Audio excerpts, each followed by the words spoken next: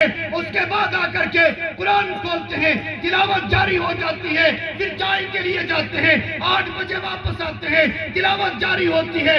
دن کے 11:30 بجے تک یہ بچے قرآن پڑھتے رہتے ہیں۔ 11:30 بجے انہوں نے کھانا کھایا، کھانا کھانے کے بعد سو گئے اور 1:30 بجے اٹھ کر کے وضو کیا، نماز پڑھی، پھر تلاوت جاری کی۔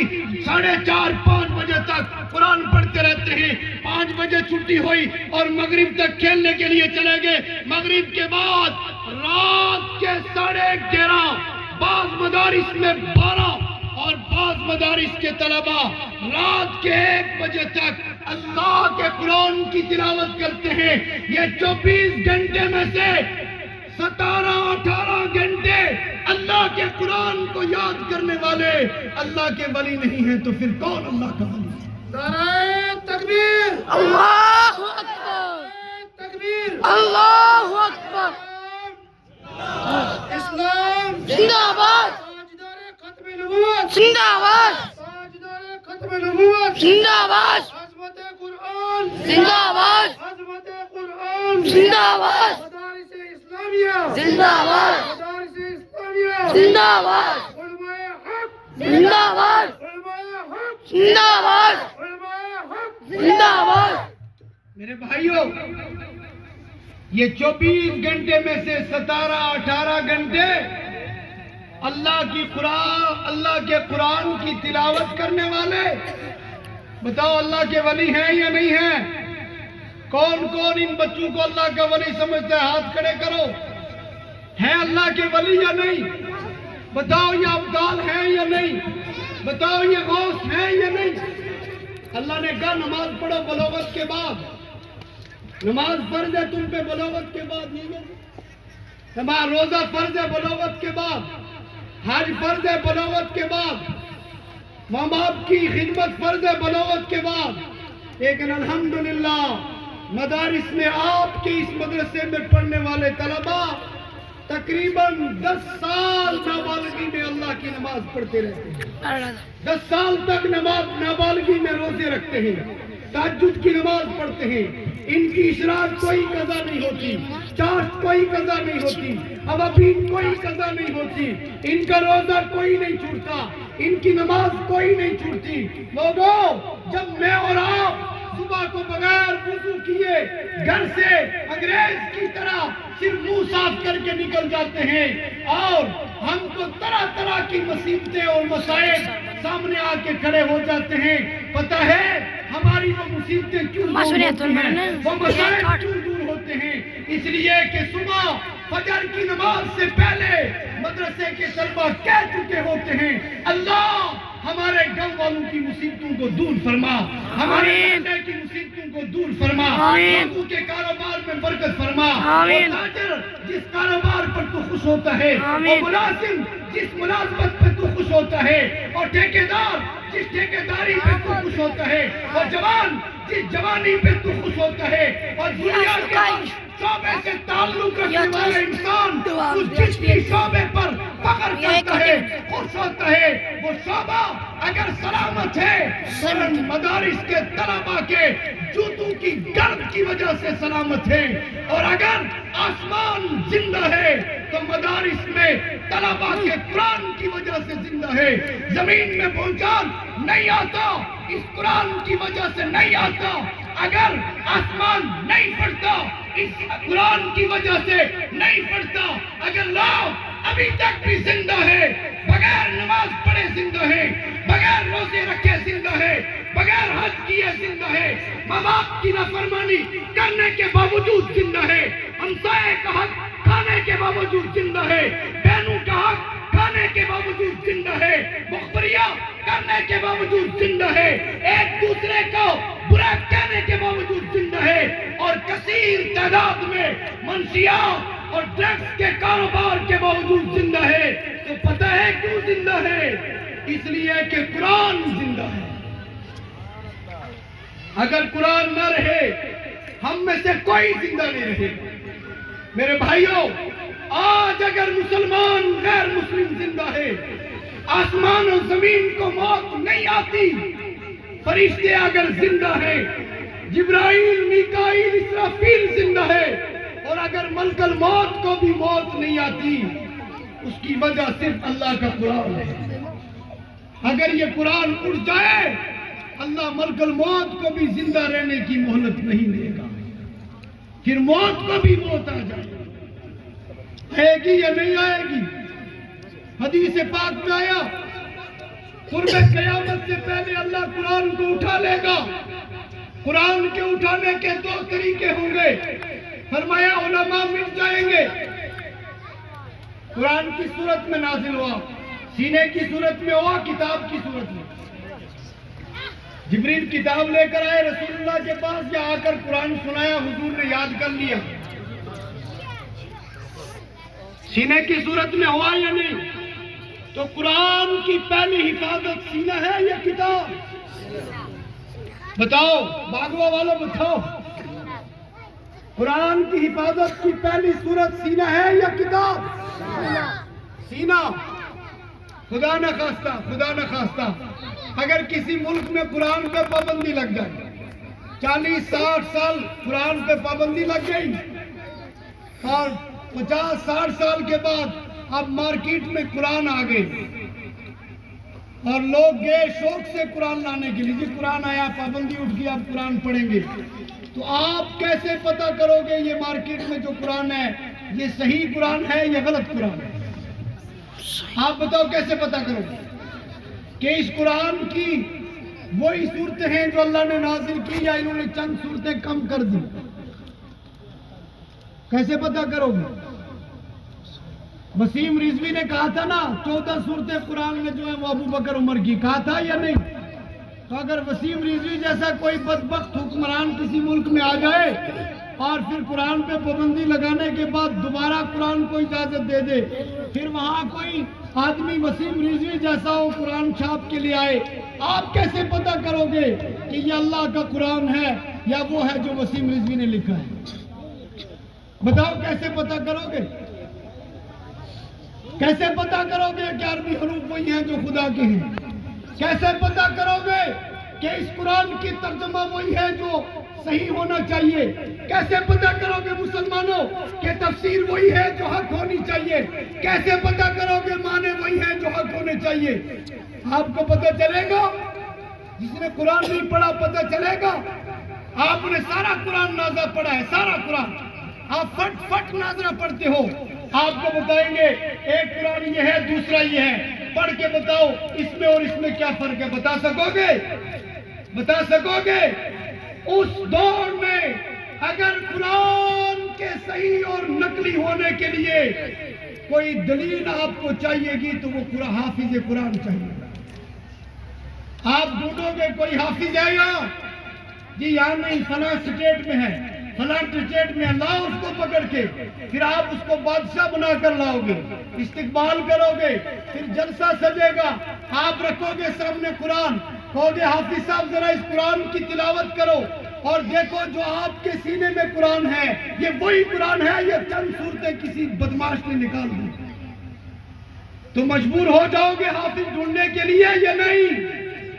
اس لیے کہ قرآن کی حفاظت سینے سے ہوتی ہے یا نہیں؟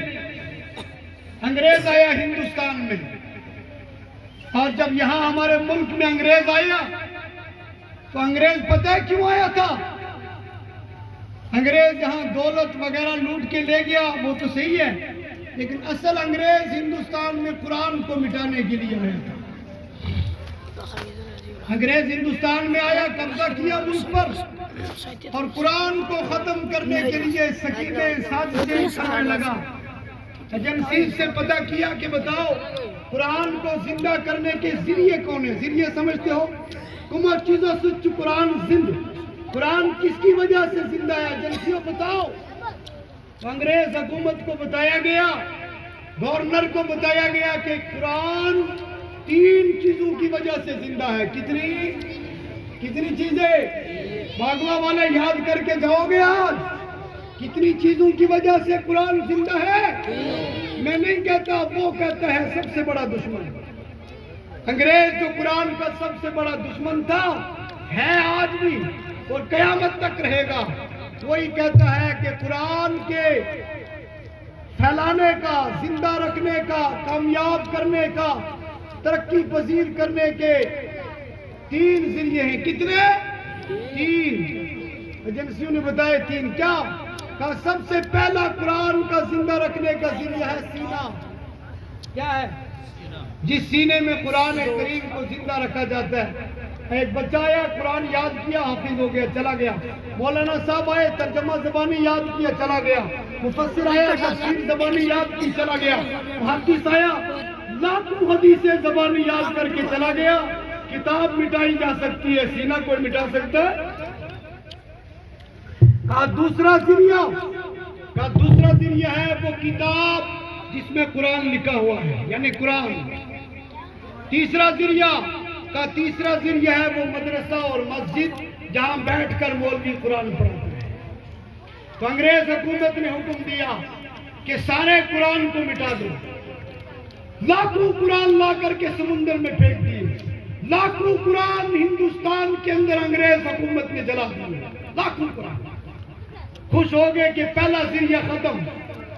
اس کے بعد لاکھوں علماء کو شہید کیا، دلی سے لے کر کے یو پی تک، سہارنپور تک سڑکوں پر علماء کی لاشیں، شاملی تک علماء کی لاشیں لٹکی ہوئی نظر آتی تھی۔ لاکھوں علماء کو شہید کر دیا گیا، سولیوں پہ چڑھا گیا، قراء کو، حفاظ کو شہید کر دیا، مفسرین محدثین ختم کر دیے گئے۔ اور تیسرا کام انگریز حکومت نے یہ کیا کہ جتنے مدارس مکاتب اس دور میں تھے وہ سب مٹا دیے، ختم کر دیے، پابندی لگا دی مدارس اور مکاتب پر۔ اور اب انگریز خوش تھا کہ ہم نے ہندوستان سے قرآن کو مٹا دیا۔ قرآن کو زندہ رکھنے کے 3 ذریعے تھے۔ پہلا ذریعہ مولوی کا سینہ، ہم نے مولوی کو شہید کر دیا، سولی پہ چڑھا دیا، پہلا ذریعہ ختم ہو گیا۔ دوسرا ذریعہ قرآن کو زندہ رکھنے کا، قرآن کی کتاب ہے، آدھے قرآن جلا دیے، آدھے سمندر میں ڈال دیے۔ تیسرا ذریعہ وہ مدرسہ مسجد ہے جہاں قرآن یاد کرایا جاتا ہے، انگریز نے وہ مدارس مٹا دیے۔ صرف دلی شہر کے اندر 30,000 مکاتب و مدارس کو مٹا دیا گیا۔ انگریز خوش تھا، انگریز گورنر خوش تھا کہ میں جس مشن کے لیے ہندوستان میں داخل ہوا تھا وہ مشن میں نے پورا کر دیا، قرآن کو ہندوستان سے مٹا دیا۔ اور ایک جلسے میں وہ مسلمانوں کو تانا دیتے ہوئے کہتا ہے، مسلمانوں تم کہتے ہو ہمارے قرآن کی حفاظت اللہ کرتا ہے، ہم نے قرآن کو ہندوستان سے مٹایا، اللہ حفاظت کے لیے نہیں آیا۔ قرآن کی حفاظت کا ذریعہ مولوی کا سینہ تھا، ہم نے مولوی کو مٹایا، اللہ سامنے نہیں آیا۔ ہم نے کتاب کو مٹایا، اللہ بچانے نہیں آیا۔ ہم نے مدرسے کو مٹایا، اللہ بچانے نہیں آیا۔ تمہارا خدا کہاں ہے؟ قرآن کی حفاظت کے لیے کیوں نہیں آیا؟ اس نے تانا دیا مسلمانوں کو کہ بچاؤ، اب تمہیں قرآن کہاں نظر آتا ہے؟ ایک مسلمان کھڑا ہوا، اس نے کہا انگریز گورنر تو جھوٹ بولتا ہے۔ ممبئی شہر میں اس نے اعلان کیا تھا، کتابوں میں لکھا ہوا ہے، اور اس نے کہا تو جھوٹ بولتا ہے۔ کہ میں کیا جھوٹ بولتا ہوں؟ کہ اللہ کا قرآن آج بھی زندہ ہے، پہلے سے زیادہ طاقت اور قوت کے ساتھ زندہ ہے، اور اسی مجمع میں زندہ ہے، یہی زندہ ہے۔ اس نے کہا بتا تو صحیح نا، کوئی مثال تو دے۔ قرآن مولوی کی وجہ سے زندہ تھا، ہم نے مولوی شہید کر دیے۔ قرآن کی وجہ سے زندہ تھا، قرآن جلا کے سمندر میں پھینک دیا۔ مدرسے کی وجہ سے زندہ تھا، مدرسے کو مٹا دیا، اب قرآن کہاں زندہ ہے؟ تو اس مسلمان نے کہا ٹھہر جا، مجھے اجازت دے، میں گھر جاتا ہوں، یہ تمہارے اس جلسگاہ کے ساتھ میرا گھر ہے۔ مسلمان اپنے گھر گیا اور 5 منٹ کے بعد واپس آیا اور ساتھ میں ایک چھوٹے سے بچے کو لایا۔ کس کو لایا؟ چھوٹے سے بچے کو لایا۔ اس بچے کی عمر 7 سال۔ اس سے کہا اس سے گورنر سے کہ ذرا اس میرے بچے سے پوچھ، قرآن کی کون سی آیت پوچھتے ہو، کون سی سورت پوچھتے ہو؟ یہ 7 سال کا میرا بچہ 30 سپارے قرآن کا حافظ ہے، پوچھنا۔ انگریز گورنر نے اسے کہا یہ فلاں آیت پڑھو۔ اس نے آیت پڑھی، صفحہ پڑھا، رکوع پڑا، آگے چل رہا ہے، آگے چل رہا ہے، قریب تھا کہ اسی مجمع میں 30 سپارے قرآن 7 سال کا بچہ سنا دیتا۔ ہندوستان کی سرزمین پر انگریز گورنر یہ کہنے پر مجبور ہوا کہ قرآن اللہ کی کتاب ہے، مخلوق میں سے اس کو کوئی مٹا نہیں سکتا۔ نعرہ تکبیر، اللہ اکبر، تکبیر، اللہ اکبر، قرآن زندہ باد، عظمت قرآن، زندہ باد، مدارس اسلامیہ، زندہ باد، مدارس اسلامیہ، زندہ باد، علماء حق، زندہ باد، علماء حق، زندہ باد، علماء حق۔ زندہ باد۔ بس 2-3 باتیں عرض کر کے بات ختم کروں۔ زندگی کا کوئی بھروسہ نہیں دوبارہ ملاقات ہو یا نہ ہو۔ انگریز دور حکومت میں دہلی کے اندر ایک انگریز پادری نے میلہ لگایا۔ مسلمان میلوں میں پہنچ جاتے ہیں۔ اگر ابھی یہاں کوئی کتے کو بلی اور بلی کو کتا بنانے والا آ جائے نا، کوئی وہ میناری کیا بولتے ہیں اس کو، مداری، تو سارے باغوا والے وہاں پہنچ جائیں گے، لیکن قرآن کے جلسے میں نہیں آئیں گے، سیرت کے جلسے میں نہیں آئیں گے۔ وہ کہے گا یہ کتا ہے، بناؤں بلی؟ ہاں ہاں بناؤ، پھر اس کو پیسہ بھی دیں گے، پھر تالیاں بھی بجائیں گے، مبارک ہو جی، بڑا ہنر تو نے دکھایا۔ لیکن 30 سپارے قرآن جس نے سینے میں محفوظ کر لیے، اس کی دستار بندی کے لیے نہیں آئیں گے۔ ہم جب آئے دیکھا آپ کے گاؤں کے دکان کھلے تھے، ہم نے پوچھا یہ دکان کیوں کھلے ہیں؟ جس دن جس علاقے میں جلسہ ہو مدرسے کا، اس دن اس علاقے کے اندر لگنا چاہیے کہ آج یہاں کا سب سے بڑا دن ہے، آج جلسے کے بغیر کوئی کام نہیں کرے گا۔ انگریز پادری نے دلی کے بازار کے اندر مسجد لگائی، آگ جلائی اس نے، آگ، اور دیکھا کہ لاکھوں لوگ جمع ہو گئے، اور اس کے بعد اس نے اس آگ کو اور بھڑکایا، آگ آسمان سے باتیں کرنے لگی۔ میری بات ختم، بیٹھ جاؤ، بس میں ختم کروں، اس طرح تھوڑا گڑبڑ ہو جائے۔ انگریز پادری نے آگ جلائی، وہ آگ آسمانوں سے باتیں کر رہی ہے، اور اس کے بعد اس نے چیلنج کیا، کہا مسلمانوں تم کہتے ہو کہ جو قرآن کو پڑھے گا وہ جہنم کی آگ میں نہیں جلے گا۔ اس نے کہا میرے اس دائیں ہاتھ میں قرآن ہے، میرے بائیں ہاتھ میں بائبل ہے، یہ آگ میں نے جلائی جو جل رہی ہے، میں اس میں قرآن کو ڈالتا ہوں، بائبل کو بھی ڈالتا ہوں۔ اگر تمہارا قرآن جل گیا اسلام مذہب جھوٹا ہے، اگر میری بائبل جل گئی صحیح مذہب جھوٹا ہے، لاؤ تم قرآن کو ڈالو، میں بائبل کو ڈالتا ہوں۔ جس کی کتاب جل گئی اس کا مذہب جھوٹا، سب اس مذہب کو چھوڑ دیں گے۔ جس کی کتاب بچ جائے گی اس کا مذہب سچا، سب اس کے مذہب کو اختیار کر لیں گے۔ اب عقل مند مسلمان پریشان ہو گئے، اس نے عجیب چیلنج کیا، قرآن کو آگ میں ڈالو، جلے گا یا نہیں جلے گا؟ اب اگر یہ قرآن جل گیا تو یہ لاکھوں سادہ لوگ مسلمان جو ہے یہ مرتد ہو جائیں گے، اللہ اب کیا ہوگا؟ مشورہ کیا کہ اس کے چیلنج کا جواب کون دے گا؟ کسی عقل مند بوڑھے نے کہا کہ بتاؤ اللہ نے دنیا میں قرآن کا محافظ کسے بنایا ہے؟ لوگوں نے کہا مولوی کو۔ کہا مولوی کہاں رہتا ہے؟ کہا مولوی دلی کے فلاں شہر میں شاہ ولی اللہ کے نام سے رہتا ہے، لوگوں جاؤ شاہ ولی اللہ کو بلا کے لاؤ۔ لوگ شاہ ولی اللہ کو بلا کر کے لائے، کہا حضرت جی قرآن ساتھ اٹھا لو۔ شاہ جی نے کہا مجھے قرآن اٹھانے کی ضرورت نہیں ہے۔ کہا کیوں ضرورت نہیں ہے؟ کہا میرے سینے میں 30 سپارے قرآن موجود ہے، قرآن اٹھانے کی اس سے ضرورت ہو جس کے سینے میں قرآن موجود نہ ہو، میرے سینے میں قرآن موجود ہے، مجھے اٹھانے کی ضرورت نہیں ہے۔ شاہ جی اس جلسے میں آئے، لاکھوں کا مجمع ہے، مجمع کو چیرتے ہوئے آپ کے پاس پہنچے۔ انگریز پادری سے پوچھا کہ پادری بتاؤ تم کیا کہتے ہو؟ کہا میں کہتا ہوں میں نے یہ آگ جلائی ہے، میرا چیلنج ہے مسلمانوں کو، اس آگ میں قرآن ڈالو۔ تم کہتے ہو نا جو قرآن کو پڑھے گا جہنم کی آگ میں نہیں جلے گا، ہم دنیا میں ہی ٹیسٹ کرتے ہیں، ذرا اس آگ میں قرآن بھی تو جلے گا یا نہیں. اگر قرآن نہیں جلا یہ جہنم کی آگ سے بھی بچا سکتا ہے. اگر یہ جل گیا تو جہنم کی آگ سے کیسے بچائے گا؟ تم قرآن کو آگ میں ڈالو، میں بائبل ڈالتا ہوں. اگر تمہارا قرآن جلا، اسلام مذہب جھوٹا، میری بائبل جلی، عیسائی مذہب جھوٹا. جس کی کتاب جل گئی اس کے مذہب کو چھوڑ کر جس کی بچ گئی اس کا مذہب اختیار کر لیں گے. شاہ جی نے کہا کیا میں کوئی منکر قرآن ہوں کہ اپنے ہاتھ سے قرآن آگ میں ڈالوں؟ کیا میں قرآن کو نہیں مانتا؟ کیا میں قرآن سے محبت نہیں کرتا کہ میں قرآن کو آگ میں ڈالوں؟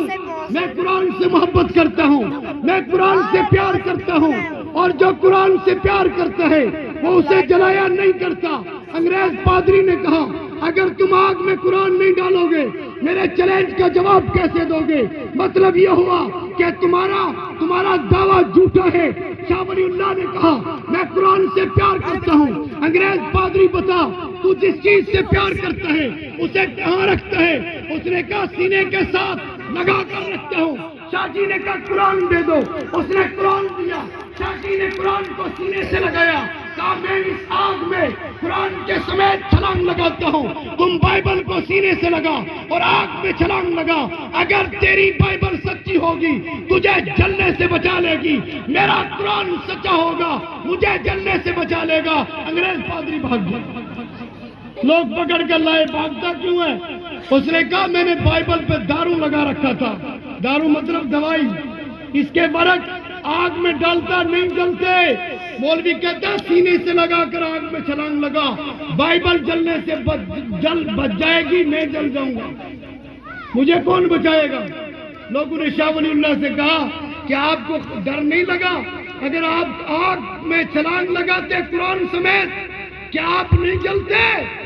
شاہ ولی اللہ نے کہا لوگوں تم نے نہیں سنا، آقا مدنی پیارے محمد صلی اللہ علیہ وسلم نے فرمایا جس کے سینے میں قرآن ہوگا اسے جہنم کی آگ نہیں جلائے گی. تو شاہ ولی اللہ کو دنیا کی آگ کیسے جلا سکتے ہیں؟ آخری بات میرے بھائیوں، اس قرآن کی حفاظت اللہ کرتا ہے. کون؟ اللہ نے قرآن میں کہا اِنَّا نَحْنُ نَزَّلْنَا الذِّكْرَ وَإِنَّا لَهُ لَحَافِظُونَ. کہا قرآن ہم نے نازل کیا اور قرآن کی حفاظت بھی ہم ہی کریں گے. قرآن کس نے نازل کیا؟ اللہ نے. حفاظت کون کرے گا؟ آپ جواب نہیں دیتے. کون کرے گا؟ اللہ. اور اس قرآن یہ دنیا جو ہے یہ اسباب کی جگہ ہے یا نہیں؟ اولاد کون دیتا ہے؟ اللہ. کس کے ذریعے؟ ماں باپ کے ذریعے. رزق کون دیتا ہے؟ کس کے ذریعے؟ زمین کے ذریعے. یہ دنیا اسباب کی جگہ ہے. جس طرح اولاد اللہ دیتا ہے ذریعہ ماں باپ ہے، رزق اللہ دیتا ہے ذریعہ نوکری ہے، دکان ہے، تجارت ہے. اسی طرح قرآن کی حفاظت اللہ کرتا ہے، لیکن اللہ نے ذریعہ بنایا ہے. قرآن کے متن کی حفاظت کا ذریعہ حافظ قرآن ہے. حفاظت اللہ کرتا ہے، حافظ کے ذریعے سے کرتا ہے. معنی کی حفاظت اللہ کرتا ہے، عالم کے ذریعے سے کرتا ہے. تفسیر کی حفاظت اللہ کرتا ہے، مفسر کے ذریعے سے کرتا ہے. حدیث کی حفاظت اللہ کرتا ہے، محدث کے ذریعے سے کرتا ہے. قرات کی حفاظت اللہ کرتا ہے، قاری کے ذریعے سے کرتا ہے. فقہ کی حفاظت اللہ کرتا ہے، مفتی کے ذریعے سے کرتا ہے. قرآن کے ان سارے شعبوں کی حفاظت اللہ کرتا ہے، لیکن ذریعہ اللہ نے ان کو بنایا. متن کی حفاظت کا ذریعہ حافظ قرآن کو بنایا، معنی کا ذریعہ عالم کو بنایا، تفسیر کی حفاظت کا ذریعہ مفسر کو بنایا، حدیث کی حفاظت کا ذریعہ محدث کو بنایا، قرات کی حفاظت کا ذریعہ قاری کو بنایا، فقہ کی حفاظت کا ذریعہ مفتی کو بنایا. بتاؤ یہ سارے لوگ قرآن کے محافظ ہیں یا نہیں ہیں؟ کون کون اپنے بچوں کو قرآن کا محافظ بنائے گا؟ سارے بناؤ گے انشاءاللہ. سفید داڑھیوں والوں اگر آپ کے بچے بڑے ہو گئے پوتوں کو بناؤ، پوتیوں کو بناؤ گے انشاءاللہ، تاکہ قیامت کے دن آپ کے سر پر بھی 14 لاکھ سے زیادہ خوبصورت نور کا تاج سجے. کرو گے انشاءاللہ ایسا. اور ایک بات یاد رکھنا، یہ مدرسہ نحوست نہیں ہے. سن لو میری بات. بریلویوں تمہارے لیے بھی نحوست نہیں ہے، جماعت والوں تمہارے لیے نحوست نہیں، دیوبندیوں تمہارے لیے نحوست نہیں، اہل حدیثوں تمہارے لیے نحوست نہیں، اس لیے کہ مدرسے میں بنیاد پڑھائی جاتی ہے اور بنیاد اللہ کا قرآن ہے۔ قرآن سب کا ایک ہے یا نہیں ہے؟ اللہ کے نبی نے فرمایا جب اللہ کسی قوم سے کسی بستی سے ناراض ہو جاتا ہے، غور سے سننا، اللہ فرشتوں کو بھیجتا ہے عذاب لے کر، ان کو لے کر کے عذاب دے دو۔ فرشتے آتے ہیں عذاب لے کر، اس گاؤں میں لوگ سوئے ہیں، رات کے اندھیرے میں فرشتے آگے عذاب لے کر۔ اب فرشتوں نے دیکھا کہ اس گاؤں میں انہی لوگوں کے بچے مدرسے میں مسجد میں قرآن کی تلاوت کر رہے ہیں، علماء بیٹھے ہیں، کس کی تلاوت کر رہے ہیں؟ عفان زور سے بولو، کس کی؟ قرآن کی۔ فرشتے واپس چلے جاتے ہیں اور جا کر کہتے ہیں اللہ جن بے نمازوں کو، ماں باپ کے نافرمانوں کو، سود کھانے والوں کو، زنا کرنے والوں کو، چوری کرنے والوں کو، ڈرگس بیچنے والوں کو آپ نے عذاب دینے کا حکم دیا، ہم اپنی آنکھوں سے دیکھ کر آ رہے ہیں، ان کے گاؤں میں ان کے چھوٹے چھوٹے بچے اللہ کا قرآن پڑھ رہے ہیں۔ فرشتے کس کو کہتے ہیں؟ اللہ کو۔ اللہ ان بچوں کا کیا کرے؟ ان کو نکال کے دوسری بستی میں بھیج دے؟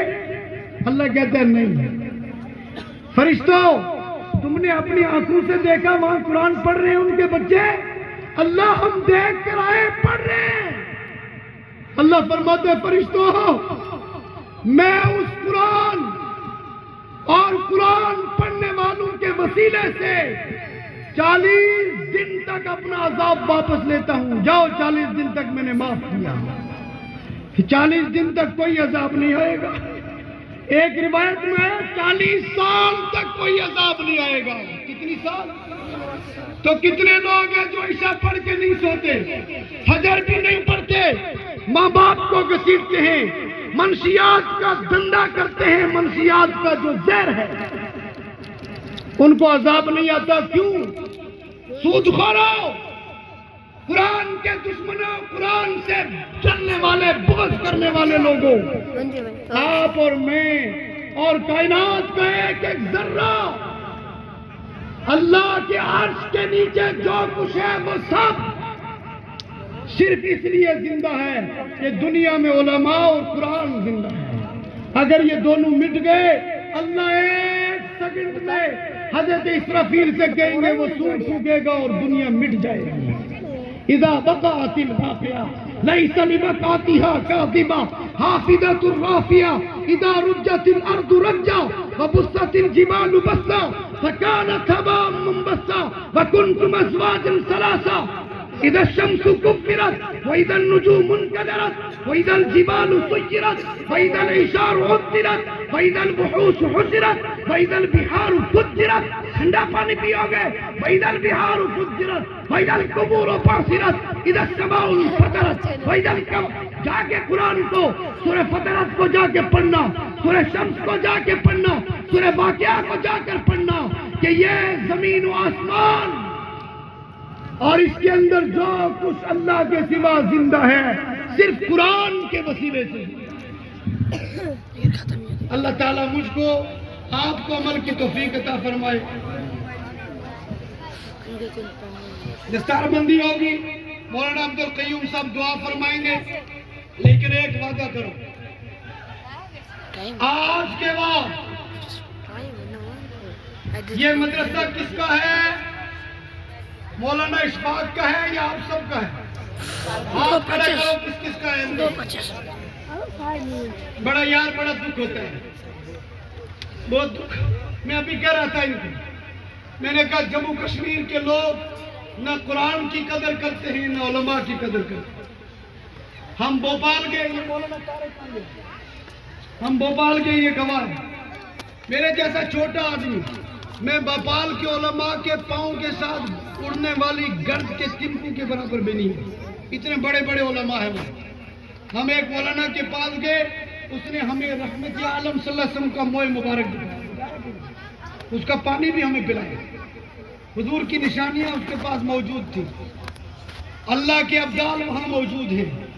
ہم گئے بھوپال، ایئرپورٹ سے لے کر جلسگاہ تک تقریباً 50 گاڑیاں استقبال کے لیے، چھوٹے سے لوگوں کو. ان کو نہیں ہے کہ قد چھوٹا ہے یا بڑا ہے، وہ دیکھتے ہیں کہ قرآن کس کے سینے میں ہے اور قرآن کس کے سینے میں ہے.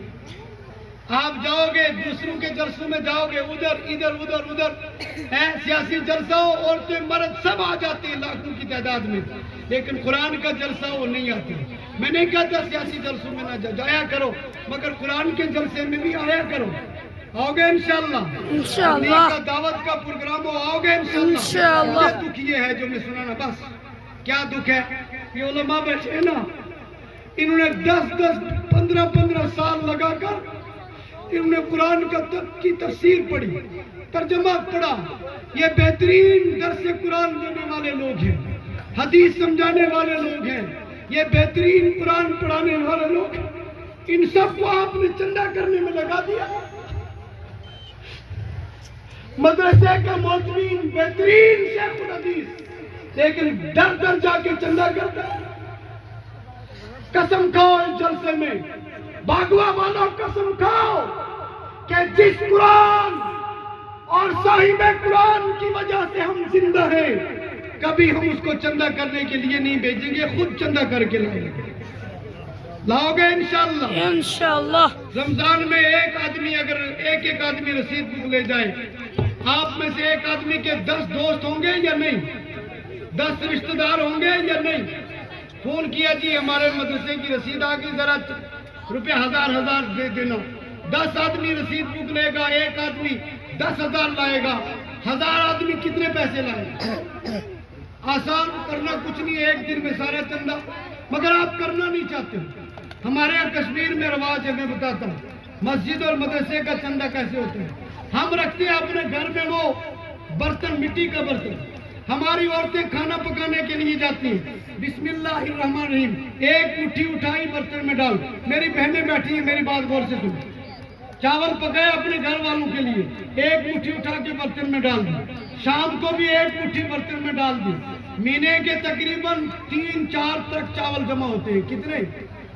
کسی گھر میں 8 کلو، کسی میں 10، کسی میں 15، کسی میں 20 اور کسی میں 30 کلو چاول جمع. جتنا بڑا گھر ہے اتنے زیادہ چاول جمع ہوتے. پھر لوگوں نے ایک اور کام شروع کیا، اور یہ پہلے زمانے سے ہو رہا ہے، اولیاء کے زمانے سے. ہاں، گھر میں ڈبہ رکھ دیا، جیسے آپ اپنے بچوں کے لیے رکھتے ہو عیدی کا ڈبہ.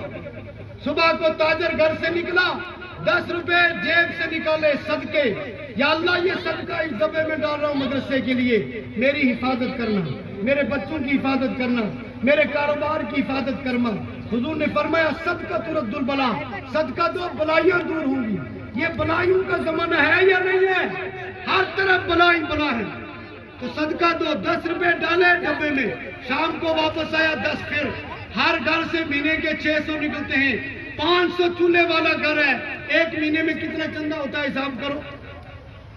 چاول بھی گاؤں والوں نے دے دیے، چندہ بھی دے دیا. مولوی کو چندے کی ضرورت نہیں، چاول کی. یو پی میں ہر مسجد کے ساتھ مدرسے، ہر مسجد کے ساتھ. اور جتنے بچے مدرسے میں ہیں سب کو گھر والے کھانا کھلاتے ہیں، برکت سمجھ کے، رحمت سمجھ کے. تو آسان ہے چندہ کرنا، یہ کون سا سخت کام ہے؟ تو کرو گے انشاءاللہ؟ انشاءاللہ. مدرسہ بنانا ہے، آپ بناؤ گے یا نہیں بناؤ گے؟ انشاءاللہ. کھانا کھلانا ہے، کون کھلائے گا؟ آپ کھلاؤ گے. تنخواہ جو بھی آج کے بعد مدرسے کا کام ہے آپ اپنے ذمہ لے لو، اور اپنے معتمین کے پاس آؤ. علاقے والوں آپ سے کہتا ہوں آؤ، اور اسے آ کر کہو چندہ ہم کریں گے، مسجد ہم بنائیں گے، مدرسہ ہم بنائیں گے، تنخواہ ہم دیں گے. آپ ہمیں بچے پڑھانے کے لیے بہترین قاری دے دو، بہترین حافظ دے دو. مکتب پڑھانے کے لیے درس، ہر مسجد میں ایک نماز میں درس ہونا چاہیے. یہ معتمین سے مانگ لو، بولو چندہ ہم دیں گے. پھر دیکھو آپ کے گاؤں میں برکتیں آئیں گی یا نہیں. اللہ تعالیٰ مجھ کو اور آپ کو عمل کی توفیق عطا فرمائے، ہماری ان باتوں کو ہمارے لیے مفید اور کارآمد بنائے. وصلی اللہ تعالیٰ علی خیر خلقہ محمد وآلہ وصحبہ اجمعین برحمتک یا ارحم الراحمین.